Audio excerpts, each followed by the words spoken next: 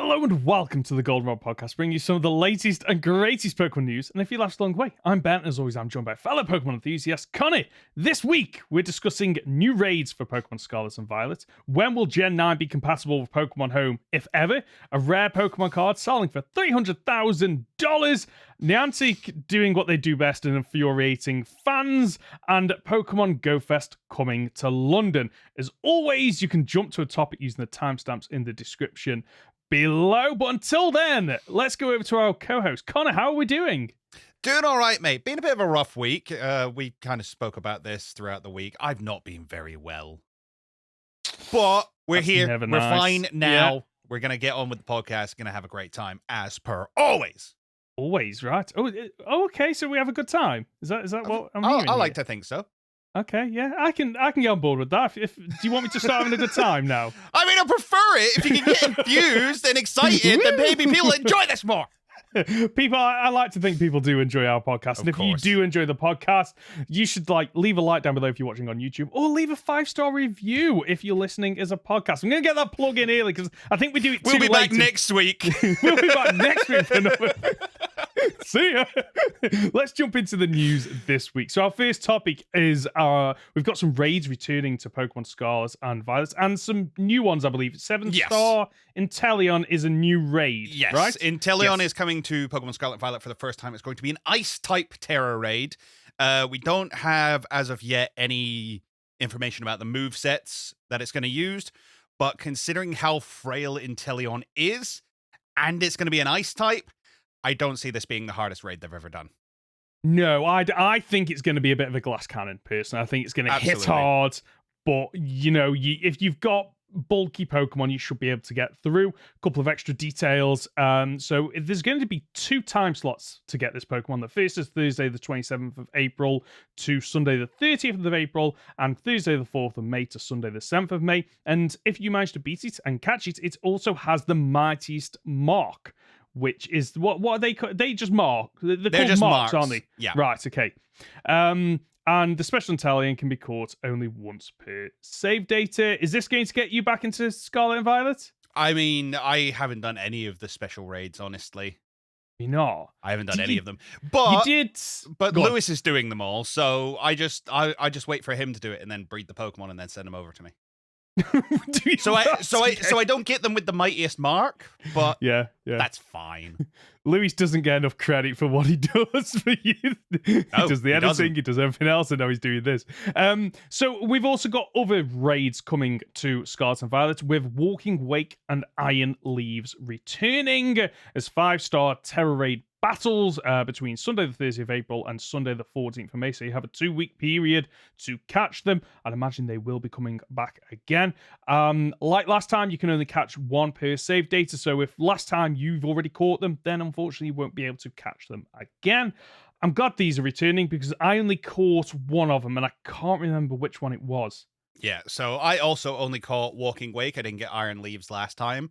But they're bringing it back very specifically for this one because when they introduced Walking Wake and Iron Leaves the first time round, it was after the 1.2 update, and there was a slight bug in the game where even if you hadn't updated to 1.2, you could take part in the raid and catch the Pokemon, but it would be, I think it's like an odd egg.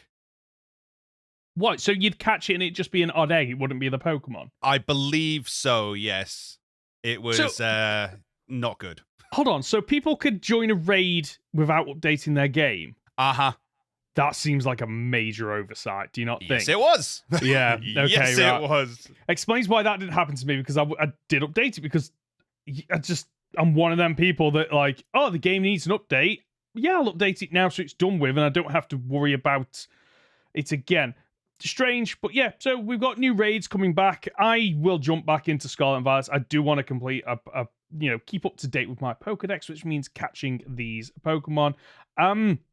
Speaking of Generation 9, Scarlet and Violet, Conor, where is Pokemon Home? So we were told that Pokemon Home was going to be coming out early 2023. And people are starting to get really wound up because what does early mean? So, it does depend on, early for me is the first quarter, so January, February, March. That maybe April, maybe pushing into April. But like early, technically, I guess you could argue it's up to first half. The first half, yeah. Which like, and I get why it's not just Game Freak that does this. Other gaming companies do it. Other just general companies do it. You don't, unless you are absolutely confident, you don't set yourself a date because you are potentially just setting yourself up to fail. Hence why early 2023 gives them a window to go, well, it gives us a bit of breathing room in case we need to, deliver anything else. So there's been a little bit more revealed on this story as well, on the fact that although all the English websites said early 2023, the Japanese written websites specifically said spring 2023, which for Japan runs between March and May. Oh, okay. So maybe we were misled a little bit on our end. Yep. Again, May is still the first half of the, I don't know why I did quotation marks there. It is the first half of the year.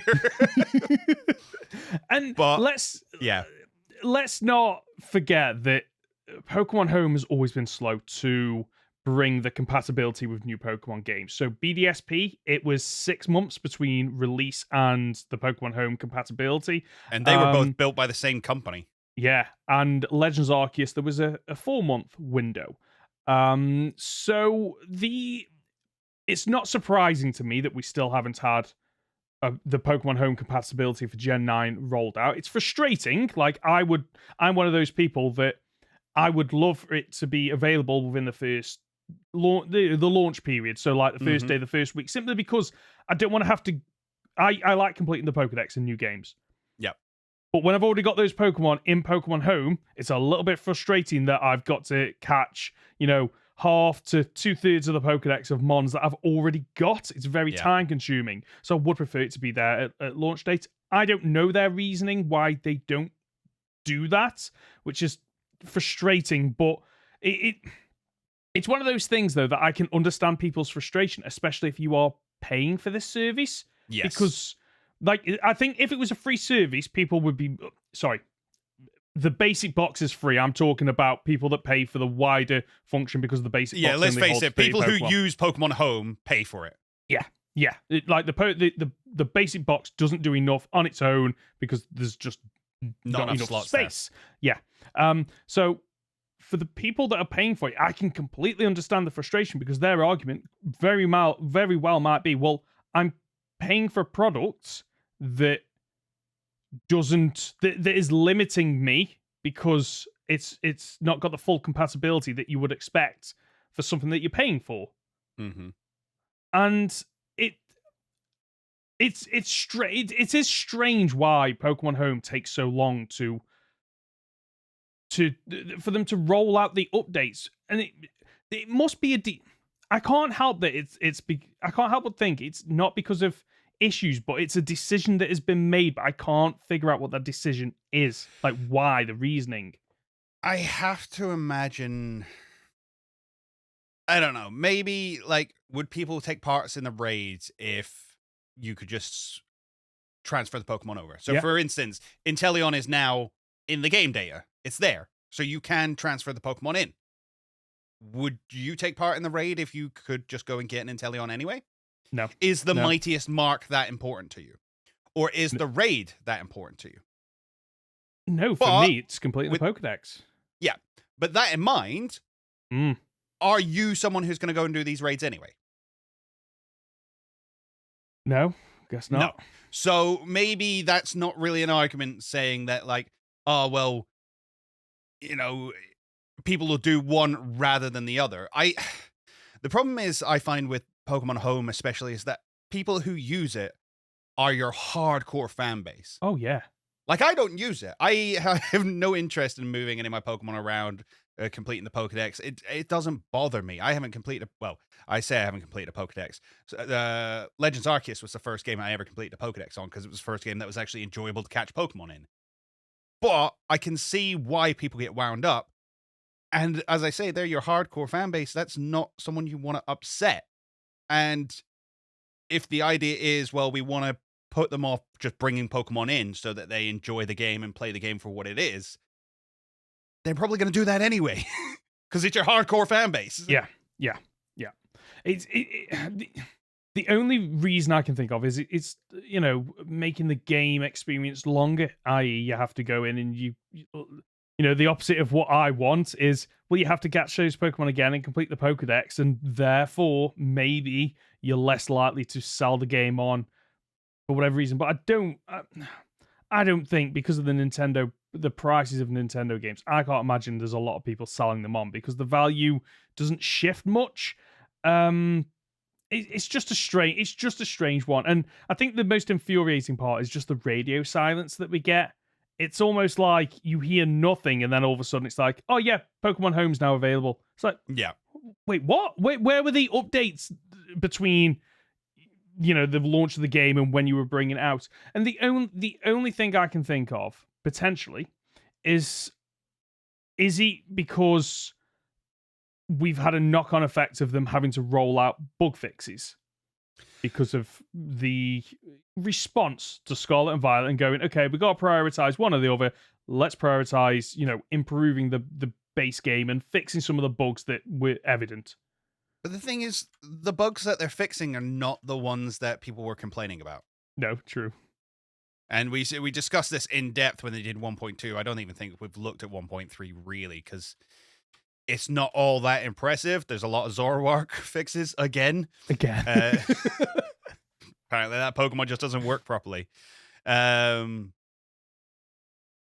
Link Battle, Link Battle, bunch of Link Battle stuff, bunch of battle stuff, Pokemon Go connectivity. Well, that's good that that's fixed. Fix the main issue causing the game to crash on the screen used to pair with Pokemon Go account. That's huge. Right. Fixed a bug with Hisui and Zoroark. Other select bug fixes have been implemented. So, it's none of the stuff people were complaining about. No. It's not like they've fixed the graphics. It's not like they've fixed the pop-in. It's not like they've fixed the slowdown when things are further away or anything like that. And, that doesn't really make sense anyway, because it's Game Freak that do all the bug fixes, and it's, what's their name, who do Pokemon Home? Ilka. Yeah. That's a good point. It's a fair point. So, realistically, I don't think there's any reason for this to be taking as long as it is. Again, not as a game developer, I don't know things, but through fear of sounding completely out of touch, how hard can it be? Just numbers. It's just 0 and 1s. Just change a few and get it working. It's strange. I don't get it personally. As someone that doesn't use Home at the moment, but I have paid for a subscription in the past simply to get all my Pokemon from, the DS and 3DS games and get them into a modern day version so I can complete that living Pokedex. I'm not that fussed about this at the moment, simply because I've already completed the Pokedex on Gen 9, and I'm not currently paying for it. I've got a load of Pokemon that are just locked behind a paywall. When it comes out, it comes out, but I do feel for those that, really do want this, especially if you are a competitive player and you've got Pokemon in the older games that you want to pull through because they're already built, and you don't want to have to spend time building the exact, replica of a mon that is locked somewhere else, unfortunate. But we'll keep you updated, folks. Should we move on to the next piece of news about the rare 90s Pikachu Pokemon card selling for this is crazy, $300,000. Yeah, it's a big one. And one of the main reasons we bring this up is not necessarily because, wow, look at big number. It's because whenever anybody else sees these big numbers, it means there's going to be a lot of Pokemon cards bought very quickly, because suddenly all the speculators go, oh yeah, Pokemon cards, they're worth money, aren't they? I better buy all those. And considering we're already at a point where the next set we're going to get over here made Japan sell out of cards, it could be a dangerous moment for TCG coming up where you might not be able to buy anything again. I can see that. I see that happening again over here. So this card was a trophy Pikachu issued to the third place winner during the Trading Card Game's first ever tournament in Japan in 1997. So why is this valued so high? Well, first of all, getting this card was an absolute nightmare. You had to be around in 1997 and, rank in an official competition. So there's the first issue. The second one is less than 100 of these cards were ever printed. So it's already a really rare card. And let's say 100 of these cards were printed. How many of them are still around to this day? People getting rid of them, people damaging them, people just misplacing them, whatever it might be. And then finally, the other kicker for why this was so expensive is that it was graded near mint 8. So I don't know a lot about that scale, but that to me means it's good condition, right? It's really good condition. As far as the PSA scale goes, 10 is absolutely perfect. 9 is pack fresh, which is kind of like it's good, but there's some flaws. It got damaged in shipping, or not damaged, but it's not the perfect cut. It's not equal all the way around and stuff like that.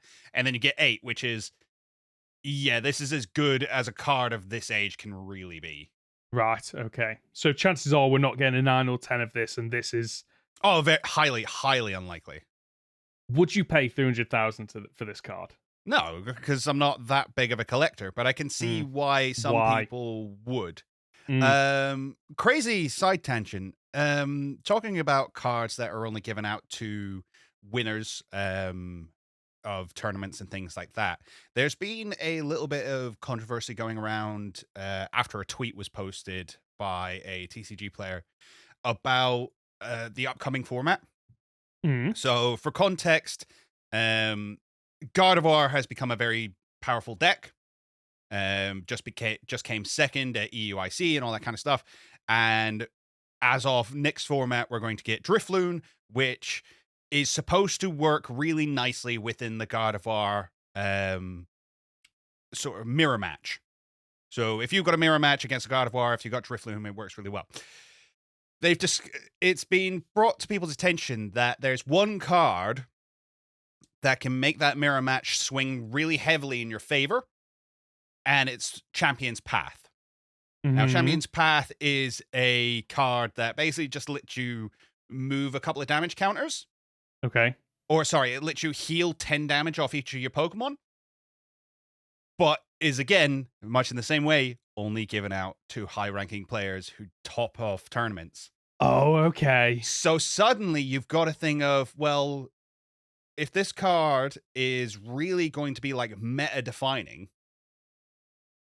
it's either going to be a case of only people who are already top-ranked players can continue to be top-ranked players, or it becomes a ridiculously expensive card that you need in order to be competitively viable. Right. Okay. And you just there's danger ahead.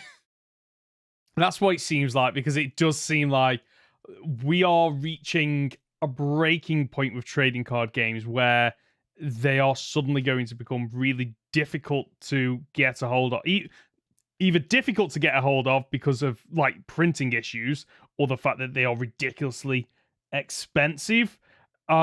I can't see them going as much as this though, but I guess there's a difference. This not quite this expensive, but because this one is obviously for collectors. You put it away, you keep it safe, and you hope that maybe it rises in value. Whereas the card you were talking about, the Champion's Path card, I think that's the wrong name for it. I'm double checking. Oh, okay. That. Is it from the Champion's Path deck? No, Champion's Path was a set. Yes. That's why I've got it in my head, but I will find the actual name for you.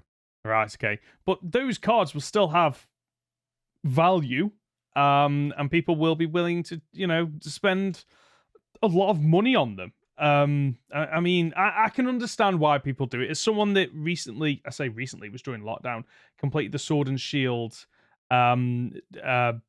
set. Like, that cost me a lot because of these new golden cards, which were a thing that I didn't know when I started collecting them. And then it was like, oh, you've got 120 cards in the set. But then they have that annoying thing where it's like, well, this is 121 out of 20. You're like, well, Champions Festival. So does it do what you said? Once during each player's turn, if that player has 6 Pokemon in play, they may heal 10 damage from each of their Pokemon. Which, again, when you're doing Gardevoir, where you can put a whole bunch of damage on, and then Drifloon allows you to move damage counters around your opponent's Pokemon. Oh, okay. It's basically saying, like, being able to heal 10 each turn from all of your Pokemon is huge in that matchup. Wow. Okay. But that's a World Championship 2022 specific card. Okay. So it does feel very much like if you're already in the meta and already playing these, like it's easier to keep going than it is for a new person to jump on and be like, oh, I'm already missing a few cards that potentially could help. Mm-hmm. Okay. Let's move on to the next piece of news. So, Niantic, the gift that keeps on giving. So, I need to kind of set the scene here because we've reported on it in a few podcast episodes now that Niantic seems to be moving more people to trying to push people to go outdoors and play Pokemon Go outside rather than being an indoor player. And the way they've done that is basically by nerfing a lot of the items, gifts, benefits that you get from not moving around, rather than, giving additional perks or gifts or whatever to those that do play in the way that they want them to play.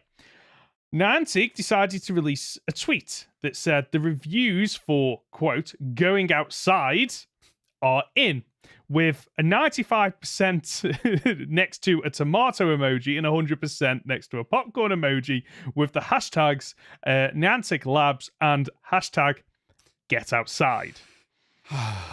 So, on the face of things, when I saw this, I was like, oh, okay, they're just having a bit of humor, fine, whatever. But then the more I thought about this, the more I thought this could, to some people, it could be misconstrued as a jab. Yes, it's an absolute slap in the face to some people that maybe can't get outside for, disabilities or whatever reason it is.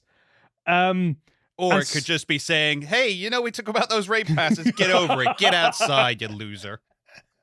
True. So, of course, Niantic deleted the tweet, but like anything, if you delete something off the internet, someone will have recorded that evidence and got it. Like, just don't do... Like, the fact that they decided to delete the tweet just, like, reinvigorates that news cycle. If you'd just left it, the news cycle would have died down. People would have been like, yeah, whatever. But the fact that you then delete it, like, almost... Like, it's almost like the smoking gun, isn't it? If Niantic knew it was wrong, and that's why they've gotten rid of it. I just don't. And part of me thinks that because of the size of this company, it's like whoever's running the social media account probably isn't completely in touch with some of the other decisions that are being made across the company, and therefore thought, oh, this is a pretty fun tweet. We want people to get outside, go out and play and whatnot, and then to be told, yeah, no, like we've made some bad choices. They've made some choices that people think are bad. Please, we need to delete that.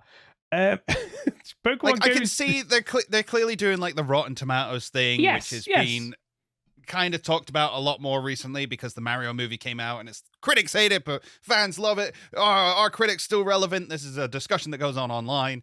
Oh, I know. Here's what people unanimously like is going outside to play Pokemon Go. Oh, God, what have I done? The internet hates me because I made a joke. Oh, no. Yeah, it's... Now, and don't get me wrong, it is in poor taste. It is in poor taste, yes. It does feel like a bit of a jab, and it goes back to what we've said. Like, don't punish, and in this case, maybe humiliate the players that aren't getting outside. Like, come on, Niantic. Speaking of Pokemon Go, Pokemon Go Fest is coming to London, which will be the first ever Pokemon Go Fest in London. It's going to be a 3-day event centered around Brockwell Park. I don't know where that is. It's somewhere in London. London's massive. Running from Friday the 4th to Sunday the 6th of August, with early bird ticket sales on now for £27. So that's the cheap tickets. They're the cheap tickets. Wait, what? That's what early bird means. Oh, so right, yeah. You get them early and therefore cheaper. Which, like, bit pricey, isn't it? It's like, isn't it always? it's like, because when it's been done in other countries, like the price doesn't really mean much because I'm never going to pay it, because I'm never going to like travel to Vegas or whatever. So it's just a price that's attached to it, and because of that, like I don't fully appreciate the value. London is one of those that I could go to. Like it's still like a 2-hour train ride, but I could go to. But £27 on top of travel, staying food. over if I decided to stay over, food, like you say. Well, you know that's £27 a day, right? Oh yeah, I went on. Funnily enough, I went on Pokemon Go and I followed it through. And the booking system is really, I find, quite complicated. That you book the day, then you book a half day, and like rather than just being a calendar and going right, select the slots that you want. It's really weird. You have to jump through a couple of like menus to get there. And we still have no news about any add-ons or anything that will definitely be there. Oh yeah, there'll definitely be other stuff there, and I'm not completely sure. I had a quick look before we sat down to record, trying to find information on what exactly you would get with this, and I couldn't find anything. I don't know if you've got anything at this stage. No, I have nothing. No, it's infuriating that it infuriates me that they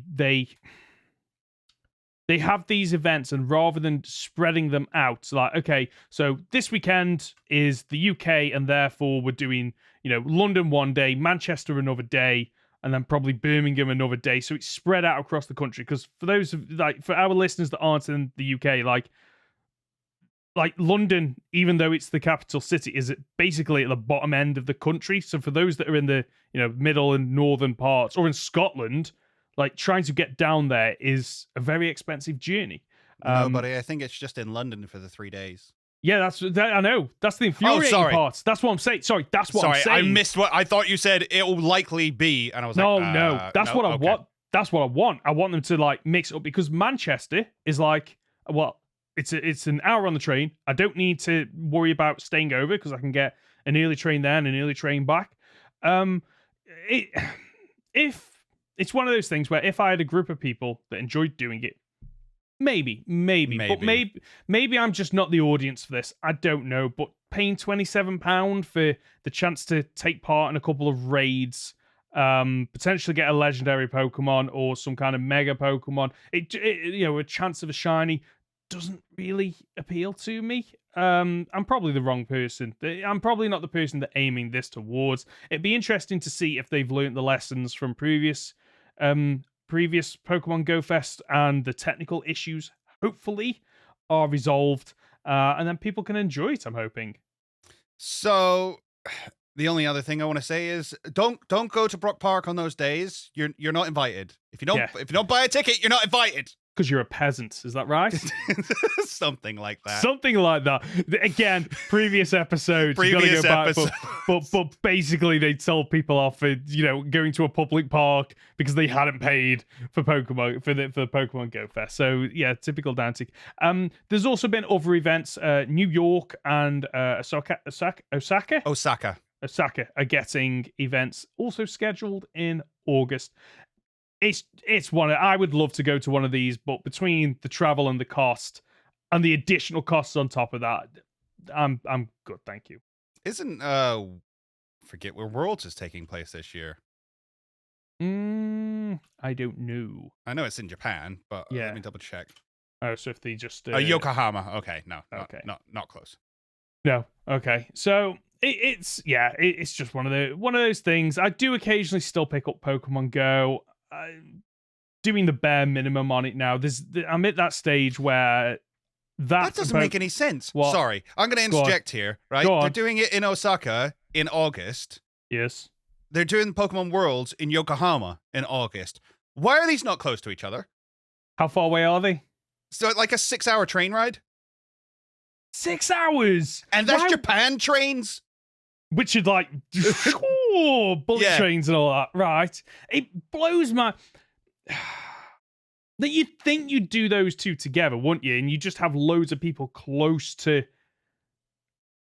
proximity. I don't know. Oh, I lied. It's a 6-hour drive. It's a 2-hour train journey. Oh, it's still long. It's the same for me though. 2 hours from where I live to London. I'm not doing it. We have no idea if those are even relatively close together. I mean, yeah, 4th and 6th of August, and then what? World starts on the 11th. That seems like you would want to do that all in one trip, right? If you're going to go out to Japan, you do 2 weeks in Japan. Well, maybe you could. Maybe I'm making a big deal out of this. You actually probably could do that. Potentially, but I think that the issue is that the Pokemon company is so big with all these different offshoots that they don't communicate properly with one another. And you've probably got one company organizing something here, you got another part of the company organizing something here, and there's no real communication until it's too late. Speaking of going off on a tangent, funnily enough, I played Pokemon Unite for the first time in, I don't know, 6 months. How'd that go? Because I hadn't played for that long, I dropped down in the ranks. So the first game I was in, I played as Greninja. I absolutely wiped the floor. Like, MVP, 18 kills, like, really enjoyable game. And as someone that plays other MOBAs, it was quite nice to play a MOBA where, like, it's fast-paced, it's quick, it's enjoyable. And to be honest with you, it's always quite nice when I'm probably wiping the floor with 12-year-old kids, but I don't mind. It makes me feel good. It was enjoyable. Still got 100 menus, still got 100 things. Check this out. Look at this shiny new thing. I'm like, no, I just want to get into a game. And you know what? Just jumping into a game, really quick, really easy. Loads of new Pokemon in it, but I'm at the point now where I'm that far behind that there are more Pokemon available to unlock than those that I have unlocked. Yeah. It was good to pick it up, but it's the same. Like there's nothing really there that's like it's completely new. It's the same old with new Pokemon and a load of menus that you have to navigate for notifications and coins that I'm never going to spend. Honestly, I've got to the point with Unite where it's a very good spectator sport, and that's all it is to me. I will always enjoy watching it because it's a spectacle, but I have no interest in playing it. Yeah, MOBAs it's not good for me. No. MOBAs are one of those strange things where I feel like out of all the esports that are available to watch, MOBAs to me are the ones I find the most fascinating because there is so much depth to it. And if you've got a commentator that really knows who really knows the game inside out, will like the commentary is almost a level of entertainment. Yeah. Which is like I went back, funnily enough, after your discussion last week about not Worlds, it was EUIC, and I went back and watched some of the videos for the Pokemon battles. I didn't see the Unite ones. I need to track them down, but I need to watch the Unite ones because of just how enjoyable I do find watching Pokemon Unite. Especially the quick game times as well. I really appreciate them in MOBAs as well. It's not, there is some. It's not MOBAs... League of Legends where you're there. Oh, I'm starting up a game. I might be finished in 3 hours. Yeah, exactly, exactly. Which like there are sometimes I love those kind of games where it's like, oh, this is a proper like fight, and it goes on for an hour and a half. But then there are sometimes where like I've only got half an hour, like, and I don't want to be that person that just like, I've got to go. Bye. I need to finish the game. So that's all of the news for this week. Let's jump into Pokemon Ultimate Journeys, where we discuss the last 3 episodes and what we like, what we didn't like, what we thought of it. So, episode 28, Battling as Hard as Stone. So this is the big fight between Ash and Steven Stone. I think, how do you want to do this? Do you just want to talk about our thoughts in general or the individual fights? I mean, the thing is, I think we may as well just talk about our thoughts in general because the individual fights lasted all of about 2 minutes. Yeah, they weren't long worthy. They were not, and they weren't impressive. And right, sorry, I'm going to get this out of the way because it's going to wind me up otherwise. We said over the last couple of weeks, these fights aren't that impressive. They've had maybe 30 seconds of decent animation. Maybe they're saving it for Ash. Maybe. Maybe. No, they were not. Nope. This fight sucked. It was better. It was better in some ways. You know, there was a lot more movement going on than we saw with Diantha and Lance. Yeah. But it was garbage. Yeah, there was a handful of standout moments in terms of the animation. The Gengar burning Aggron, the animation for that was good. I'll give him, was good, but it was reused. Oh, was it? Right. Yeah, okay. that was the same Will-O-Wisp animation we saw when he learned the move. Oh, okay, so they just recycled it and then changed the backdrop or however they do it. The Pikachu using the Z move is always beautiful to watch, but is reused animation. Reused, yeah. I don't think there was anything else in terms of animation that stuck out. The animation with Pikachu, the Pikachu versus Mega Metagross was better than the other individual battles. Agreed. But it still wasn't to the point where I was like, oh, wow. Because the problem with Metagross is it just teleports everywhere, which is probably one of the cheapest animation, like, ways to do animation of, it's just gone. Oh, it's over here. It's gone. It's over here. And it's really disappointing because I really did want this fight to be a kind of, like, the Pokemon are proper going for it. They're going at one another. You got Steven Stone and Ash rooting them on. And it just didn't feel that way. It feels like the previous episodes have felt where you could replace Steven Stone and Ash with just generic trainers and you wouldn't be able to say. It feels like some of the Pokemon battles that we've had in the filler episodes. And this, to me, doesn't feel like... It shouldn't feel like filler, but it kind of does. Yeah. Because of the animation and just like the occasional cutaways and stuff like that. It's a real Here's shame. The other thing. Do you think he deserved to win? No, the Z move does feel a bit cheap. I'm not gonna lie. Do you not think it almost feels like it's bad? It's like, oh, I dodge it. Oh no, wait, I couldn't dodge it because apparently Pikachu can just keep controlling its move forever and ever and ever until it wins. It felt like an instant win move. It really did. It didn't feel like it. Okay, I've got a tactic. If I use the Z move in this way, I might win. It just felt like I can lock him down, and then whilst that's going, I can then do Iron Tail and get that direct hit that I'm stuck on. You know, none of that. It was just, I hit him now. Yeah. And the Mega Metagross went down really easily. Like, that Z move is either really busted or, you know, it was just kind of like, oh, how do we get Ash to win this fight? Which is a shame because I was really, really looking forward to this battle, and it just didn't live up. There are a handful of moments from the episode that I did enjoy, like James and Meowth just flat out rooting for Ash to win is nice. I like to see that. I love the fact that, you know, Dracovish is able to not it gets attacked and then it gets back up and Ash goes, "Can you go on?" And it just collapses, like very, very Dracovish. Like it's how it is. See, that's one of those things where I feel like there's no real impact. So there's no weight to any of these battles. There's no impact going on. Pokemon just go, I'm done now. Yeah. So I agree with that. I think from the humor side of things, though, yes, I understand. It felt very much like, that is something Dracovish would do, which I don't mind on that when I have complained about in the past with other Pokemon that do it, because Dracovish is kind of that, there's a humor attached to that Pokemon, where it's not so much about its battling style outside of its strong jaw. It is more about, funny, this Pokemon's a little bit silly. I'm trying to think what else there was. There was the Credilli fight. Like the Credilli on its own feels like it should have bodied Steven's entire team, Ash's entire team, because the Credilli just seemed to ingrain, then use its tentacles to grab everything, and just like using Power Whip to absolutely wreck them. And then when Ash is obviously on the back foot because like Steven's still got 2 and Ash is down to 1 Pokemon, like it didn't feel like Ash did enough to get come back from it. Yeah. Although saying that, Ash using Electro Web to grab the tentacles together was like a clever strategy. I'll give him that. Yeah, that's good fun. Yeah, because I didn't. Go on. Yeah, because I just didn't expect. Like, I was watching that fight thinking, how is Ash going to beat this? And like, he actually comes up with a strategy that works, which compared to the Mega Metagross, which is just kind of doesn't feel like it should have worked. Does that make sense? Yeah, no, you can see where the logic is in that one. Yes. Unlike, and this is something that still confuses me every time he does it. Why is he using Dazzling Gleam as a defensive move?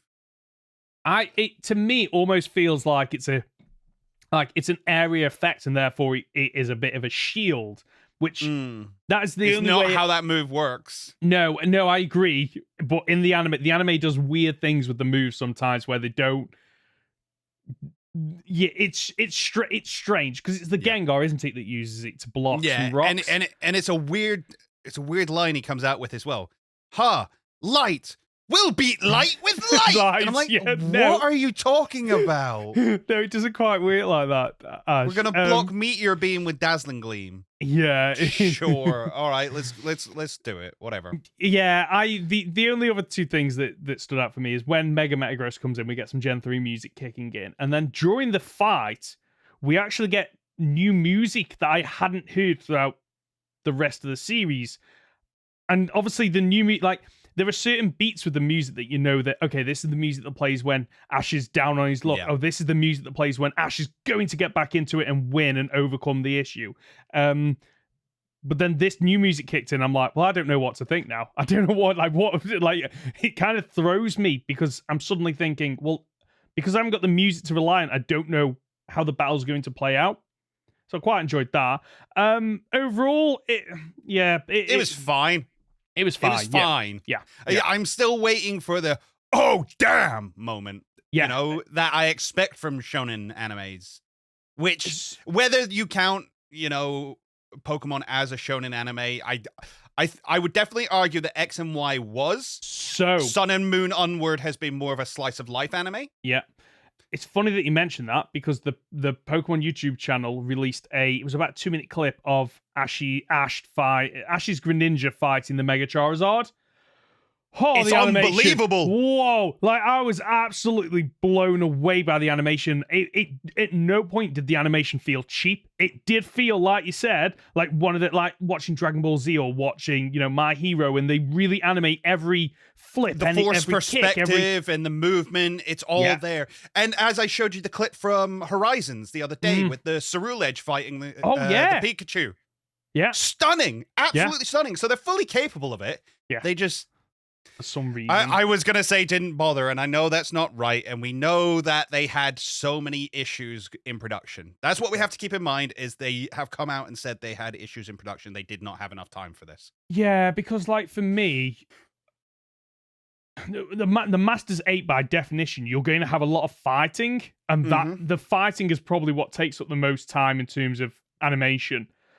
So, I can understand the difficulty they must have had of, how are we going to do all these fights when usually there's only a handful of fights each season that they really want to like hone in on and do really well. So I can't imagine. No, at the end of every season they do a championship. Do they? See, I'm out of the anime, so I don't. Is that end like of every a common season? thing? Ash always gets to the championships. Okay. And is there as many fights as there has been in this Pretty one? much. Right. Okay. Well, there goes my excuse for them. They got no excuse. There we go. They're in trouble. Well, they have. Shame. Lack of money, lack of decent working conditions, and lack of time. Shame, really, because like, we're not saying they are incapable. We're saying they did not show it here. Yeah, there are reasons for it, unfortunately, which is a shame because now knowing that this is Ash's final season, would have liked feels. Ash is going to win it, but like. It's like the animation doesn't lend itself to Ash's journey and winning it, which is disappointing. I'd rather him go out on X and Y if this is the case. Yes, I can understand that. Let's move on to the next episode. So episode 29, Infinite Possibilities. It is a Chloe episode. There's not a lot of story to it, to be honest with you. It's just that Chloe ends up going out with her dad on a camping trip. They end up meeting an old acquaintance. We get backstory about the Professor Cerisi's time with the Clefairy, and eventually the Clefairy has to leave, which I know it wasn't, but it felt very much like, oh yeah, the old dog, yeah, we sent it off to the farm. It's living a good life on the farm.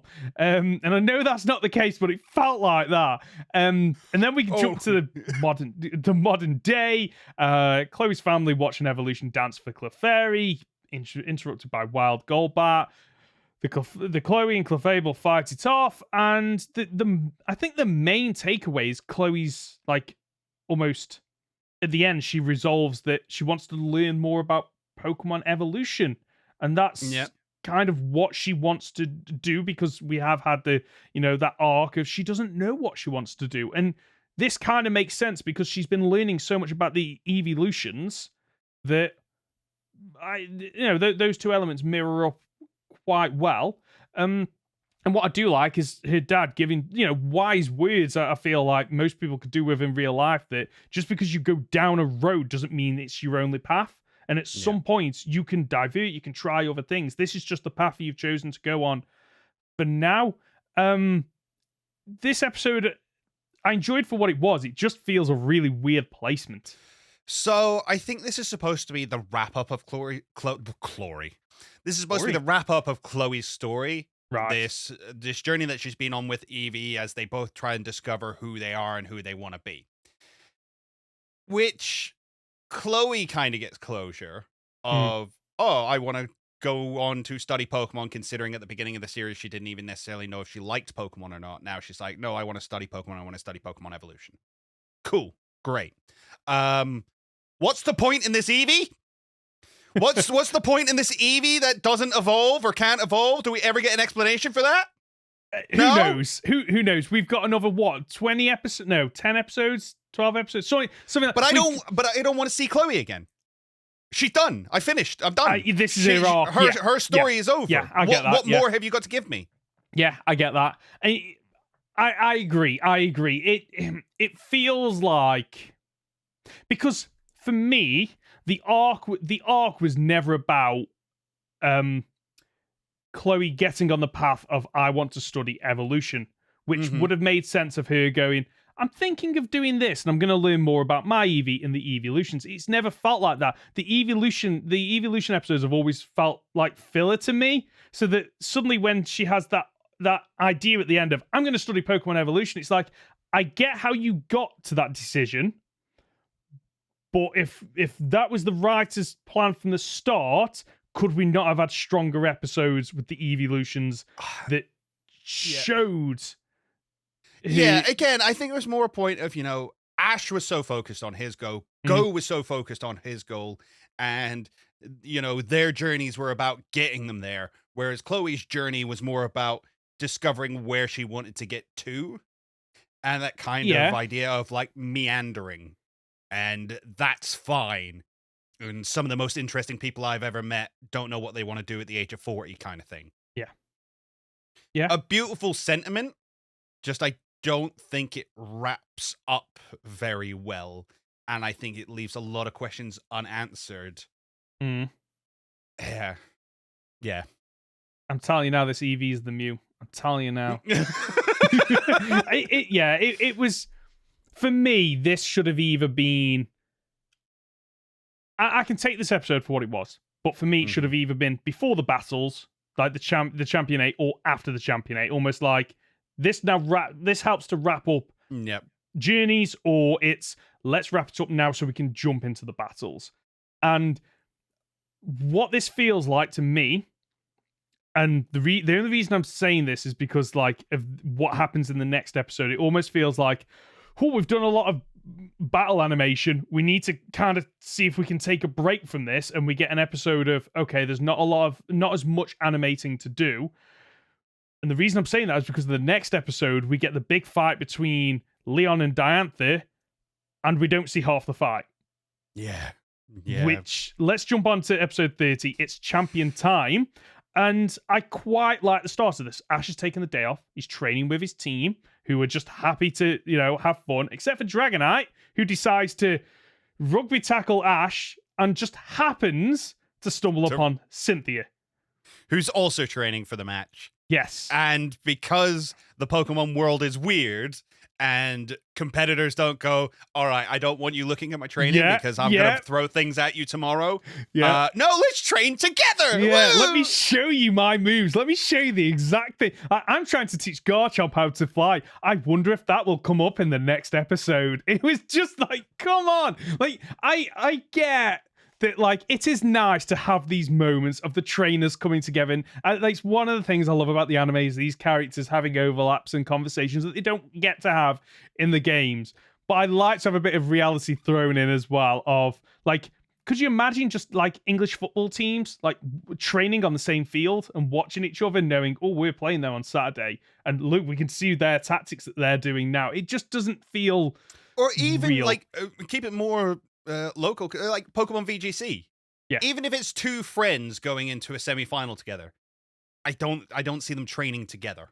No, I don't. It's like, hey, I helped you build your team, you helped me build mine. Okay, I'll see you tomorrow. yeah. It's really strange.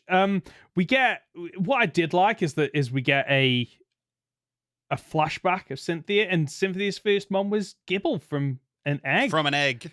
It's kind of cute. I really like that, because one of the, I can't remember who it is, even says, oh, so you didn't pick like the starters that you get from your region. She's like, no, I got a Gibble, and that looks like it just sends her on that journey of, having a really strong Pokemon early on, and just, yeah, she's obviously earned where she's gotten there, but it has been helped with having this powerful Pokemon.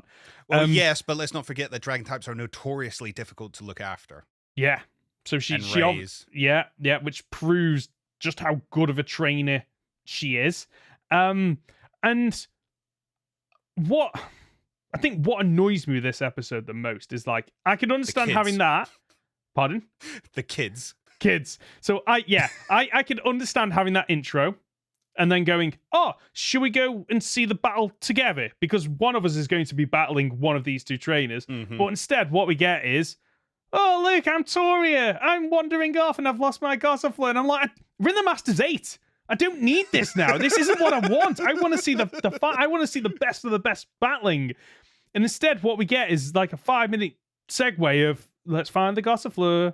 Let's find Toria. Stupid names as well. My name's Vic, and this is my sister Toria. Yeah. I didn't go into that. Oh, no, that's terrible. That's absolutely terrible. It's just, yeah, it's a strange first half of the episode. And to be fair, it was really weird at first seeing Cynthia in just like casual get-up, because her legs are so long. Did you notice? Like, she was like a tree. I was like, what? Like, is it the camera angle? No, she just has really tall legs. The legs just go all the way up. It's just really strange. Anyway, so they make it to the arena to watch this.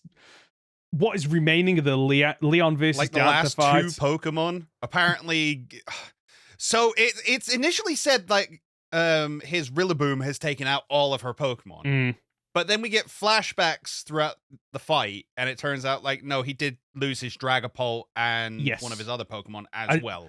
So I think he definitely lost the Dragapult, because I was trying to work. I was like looking at the little icon. I was like, what is that Pokemon? And then kind of figured it out, and then the Rillaboom is still I think he's only lost one Pokemon, because they mentioned that Danther's lost 4, Leon's only lost 1, so I think that Rillaboom is like just on a roll. We see battling the Goodra and it knocks it out. Highlight is Meowth and James reporting on it with Jessie just very sad that Gourgeist is being knocked out and just doesn't care anymore. She's like, whatever, I'm done. I don't care about this fight at all. We get to see Gardevoir again in a battle against the Rillaboom, knocking it out, bringing it to 4v1. And then we obviously get what is supposed to be the big highlight of this fight is, Mega Gardevoir versus Gigantamax Charizard, the Ace versus the Ace. And Gardevoir deserved the W and doesn't get it. Yes, agreed. It does feel very much like... So let me set this up for you. Yeah. Charizard uses its G-Max Wildfire. Yeah. And Gardevoir goes, all right, Psychic, I'm going to steal that. I'm going to steal your wings that are flying around me right now, and I'm going to throw them back at you. And then it uses G-Max Airstream, and it's like, nah, I'm going to take that as well. I'm going to combine the two together, and I'm going to keep throwing that at you. And it's like, okay, well, it's time for us to use one more G-Max Wildfire, which is going to somehow overpower your 3 moves in one and cut through it and take you down. It was very BS. Give over, Leon. Whatever. It was very BS. We complain about Ash having plot armor, but this guy is ridiculous. Oh, yes. No, you are absolutely right. Like, Charizard didn't deserve that fight, but it's a way for them to go, look how strong this Charizard is, because we all know what's coming. It's got to be Charizard versus Pikachu in the fight. It's got to be. Like, I don't see how that end fight ends up any other way. It's the ace of the champion versus the ace of the main character. Like, that is what it has to be. And instead of showing, because one thing that I have really liked that they have shown in the past is Charizard has a diverse range of moves, which is why it's such a busted Pokemon for Leon. And his entire team has diverse moves, hence why he's gotten where one of the reasons he's gotten where he is. But if you're going to show us how strong Charizard is, show us how strong Charizard is without the BS and the kind of, this is Charizard's won because he needs to win because of plot armor, and we need to show how good Charizard is, rather than Charizard won because rightfully so it deserved to win. And he didn't. Like, God of War deserved to win that fight, but they can't have Charizard beaten until the final episode, I'd imagine. Yeah.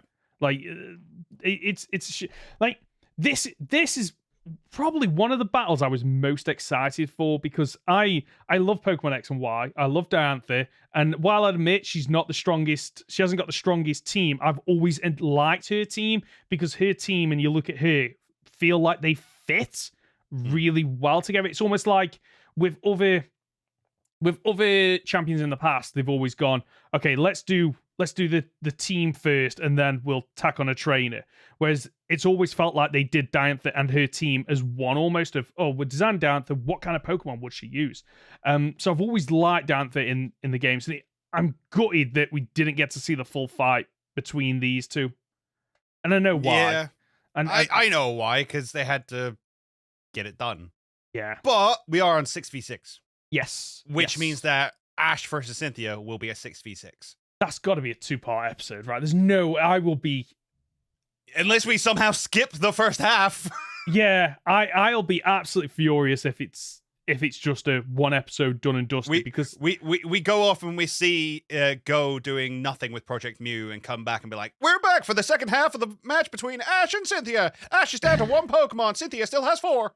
So I know you're joking about this, but I can actually see them doing it, which is the infuriating part. Although, just to kind of jump ahead, because I was like, I'm curious now, so I've looked up season 25 to see what the next 3 episodes are, and it looks like all 3 episodes are the battle.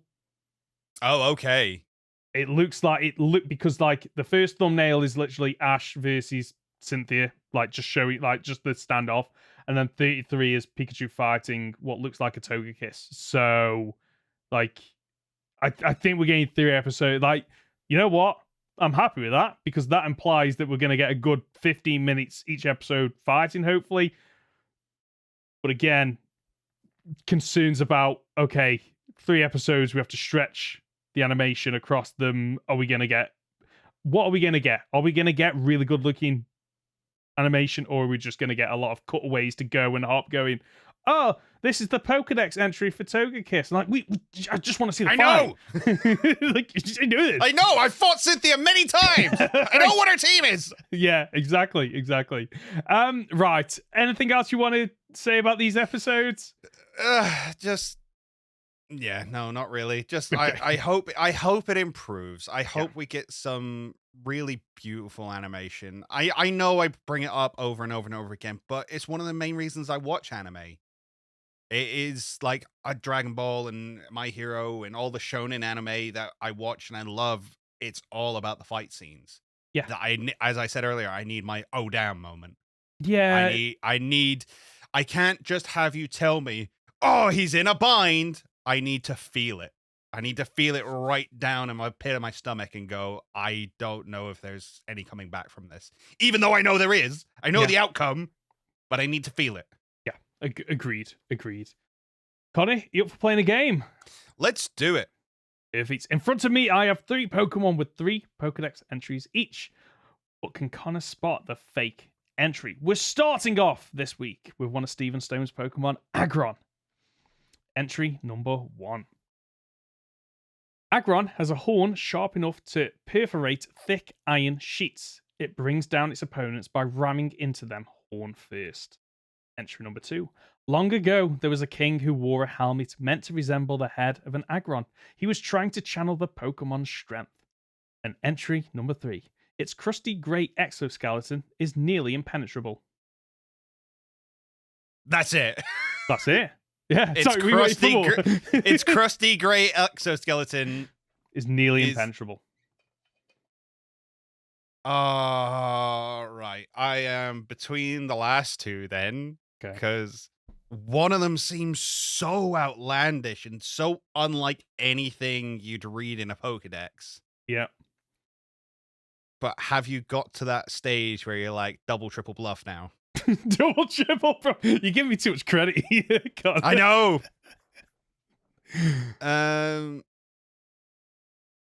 Perforate. Perforate's a word, isn't it? Perforate is a word. Okay.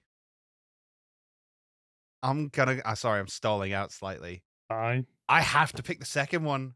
Okay. It was the third one. It was the third one. It was the third That's one. amazing. Where's that Dex entry from? I can't remember. I think it might be Omega Ruby and Alpha Sapphire, but I can't remember because of how long ago I did it. Are you Googling it now? I am. That's fantastic Yeah. information. It's a great one, isn't it?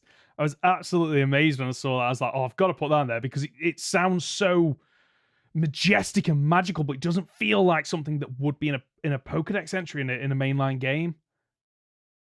Have you found it? Long ago, it's Pokemon Shield. Long ago, there was a king who wore a helmet meant to resemble the head of an angle. How weird that it's in Shield of all games because of obviously, Zamazenta and Zacian. So when I started writing, it's Christy Grey Exoskeleton is nearly impenetrable. I was like, no, that'll do. That'll do. It feels so. It sounded like I was like, no, come on, you're gonna give me more than that. Right, let's move on to the second Pokemon, another one of Stephen Stone's Pokemon, Credilli. Credilli can be found hanging from the ceilings of caves deep in the ocean. It is always searching for food. While sleeping, it will let dangle its tentacles to snag unsuspecting prey that enters its territory. Entry. You can just feel the ruby and sapphire in it. It's so long. Yeah, it just goes on. Entry. I need to start remembering that when I'm pulling these together. Entry number 2. It drags its heavy body along the seafloor. It makes its nest in the shallows of warm seas. Credilli can be seen on beaches when the tide goes out. And the final entry. Credilli roams along the ocean floor in search of food. This Pokemon freely extends its tree trunk-like neck and captures unwary prey using its 8 tentacles. I think it's the third one. I don't think I'd describe it as a tree trunk-like neck. Okay. I don't think that metaphor works. Okay. Or is it a simile? One of the two. One of the two. Well, the correct entry was number 1. No, sorry, the fake entry was number 1. Number 2 and number 3. Yeah, number 1 was the fake entry. I completely butchered how I explained that. Yeah. I saw at one point when I was reading that out, I saw your face kind of go, is that real? So I thought you'd already clocked it. No. Right, okay. Oh, 2 for I'm 2. losing badly. You are. So, the third and final Pokemon, Gossifleur. Entry number 1. It anchors itself in the ground with its single leg, then basks in the sun. After absorbing enough sunlight, its petals spread as it blooms brilliantly. Entry number 2. It wheels around in the wind while singing a joyous song. This delightful display has charmed many into raising this Pokemon. And the final Pokedex entry. Lighter than air, this Pokemon can be seen flying high into the atmosphere after being caught in a gust of wind. I'm between 1 and 3, and I'm gonna pick. You rolling a dice? Not quite. I'm gonna pick 3. Correct. It was number 3 is the fake entry that you decided upon by pure luck. So I did. I rolled my Pokeball. I was like, red is 1, white is 3. Oh, I was so close to getting the full 3. You were, because I was thinking 1. I was gonna pick 1. Were you? Right. Okay. Funnily enough, Gossifleur is one of those Pokemon that only has 2 Pokedex entries. Of course, it's only been in 1 game so far. That's it. That is it. Let's move on to comments and questions. As always, if you've got something that you want to tell us, something that you want to ask, you can reach us by leaving a comment on our podcast on YouTube, by emailing goldenrodpod@gmail.com, by leaving it on our Discord channel, or by using the hashtag goldenrodpod on Twitter. We've got the one this week from Tony. Can we do a shout out to all the editors and artists that have helped our work and content?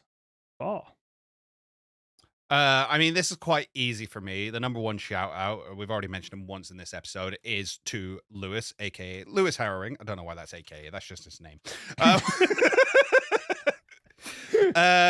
very, very good friend of mine. Some would say my best friend. Some would say he goes a little bit further than me, my best friend, and he's actually my boo. Oh. I have worked with him since we were in university together. He was my editor then. He is my editor now. I have to give him props for actually making it so I still create content. For those of you who don't know, when I first started doing content on my channel, I did it all myself and then burnt out really quickly, went away for a couple of months, decided I didn't want to do it anymore. And Lewis rang me up and he said, look, this was in the midst of COVID as well. And he said, look, I'm using this as a bit of entertainment for myself. It gives me something to look forward to each day. Are you going to come back? Are you going to do it again? And I said, it's a lot of hard work. And he went, well, I'll tell you what, if I edit all your videos and make that easier for you, would that change your mind?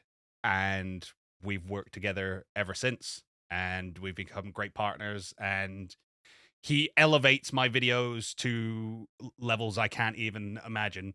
So even when we moved on to theory videos, it was a huge change in direction for both of us. But I do all the scripting and stuff now. I'll script it, I'll record it, and then edit my voice. And then he does everything else. All the visuals are his. I get final say and directorial notes, but he gets to come up with everything from scratch. He's phenomenal, and I love him dearly, and I cannot thank you enough. Other than that, the artists who have helped me on my channel, there's Joji, who did my avatars. Fantastic artist, has done a lot of artwork for the other Kingdom members. So Tommy, Baker, Burno did all of their avatars as well. Really, really good artist, well worth checking out. Links to her Twitter in every single one of my YouTube videos. And the only other person where I think I've worked with is The Last Shaman, who is another Pokemon artist, and did a design for me when I was doing my theory of what the third legendary of Scarlet and Violet could be. The King of Paldea, she did that design for me. So yeah, your turn.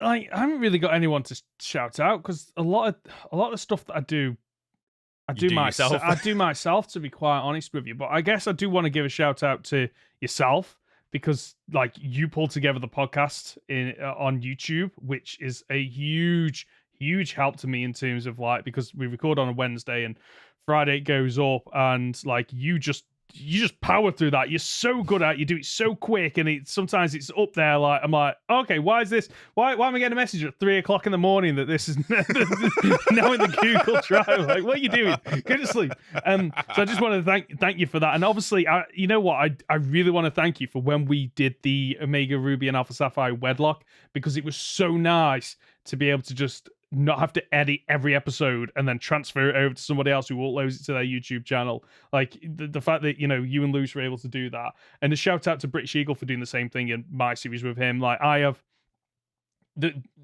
support we give one another, and like I've been able to help him to like learn how to use After Effects and Photoshop to the point where like he's now using that in his own, the skills that he's learned in his own YouTube content, awesome. His solo content. And like, it's just great to see like how it's elevated his content as well. And there's a reason why he suddenly, you know, jumped to 1,000 subscribers.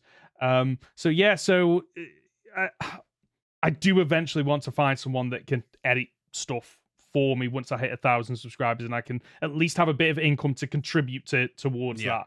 Especially some of the videos that I've got in the pipeline that I want to do, and ideally I wouldn't mind handing over to other people in the future. But I guess we'll see, which brings us quite nicely onto the plug section, to be quite honest with you, because I just want to ask people, and I know this is being cheeky, I'm nearly at 1,000 subscribers. I want to hit 1,000 subscribers, so but I'm 80 off as of like today, so I might even be less, and I want to hit that 1,000 subscribers so I can finally start to like monetize some of the bigger videos that I've got, and maybe just make a couple of quid every month that I can put towards other things, such as I want a brand new camera for the setup and stuff like that, so, you know, get to see me in crisp, you know, HD.